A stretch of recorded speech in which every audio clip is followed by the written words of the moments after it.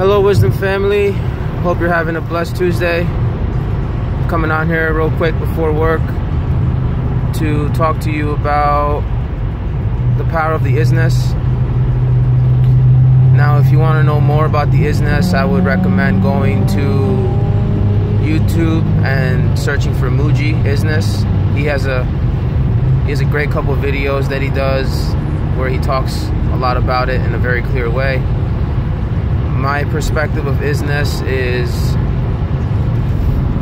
the now moment and being in the now in a way where you're not using your past or your future to feel better about what's going on in the present moment. The is-ness is better to not be expressed or explained as much as it is to be experienced. So one thing that works for me is I will ask myself questions about the difference between the is-ness and the ego. Like, for example, right now we're in traffic and the ego is wondering, am I going to make it to work?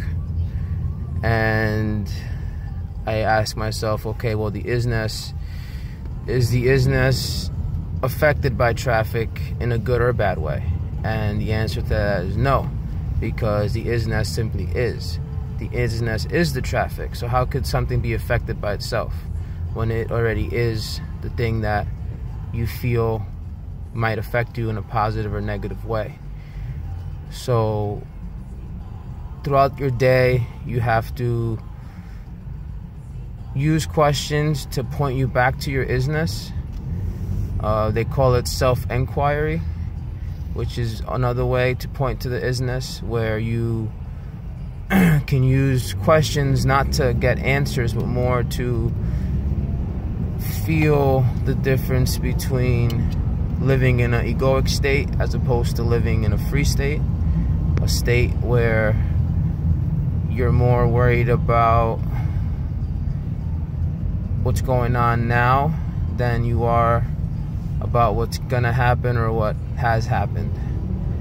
So it's more beneficial to stay planted in the is-ness, and no matter what comes your way, treat it like it's God himself talking through the things that are happening, and just embody them as they come.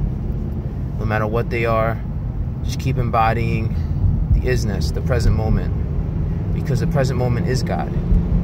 And the quicker we realize that the present moment is God, the easier it will be for God to show himself in all things around us. But we have to do some of the work within us and create that bridge so that we can go to God and understand that he is in all things. So I hope that helped. Have a great rest of your day, and namaste.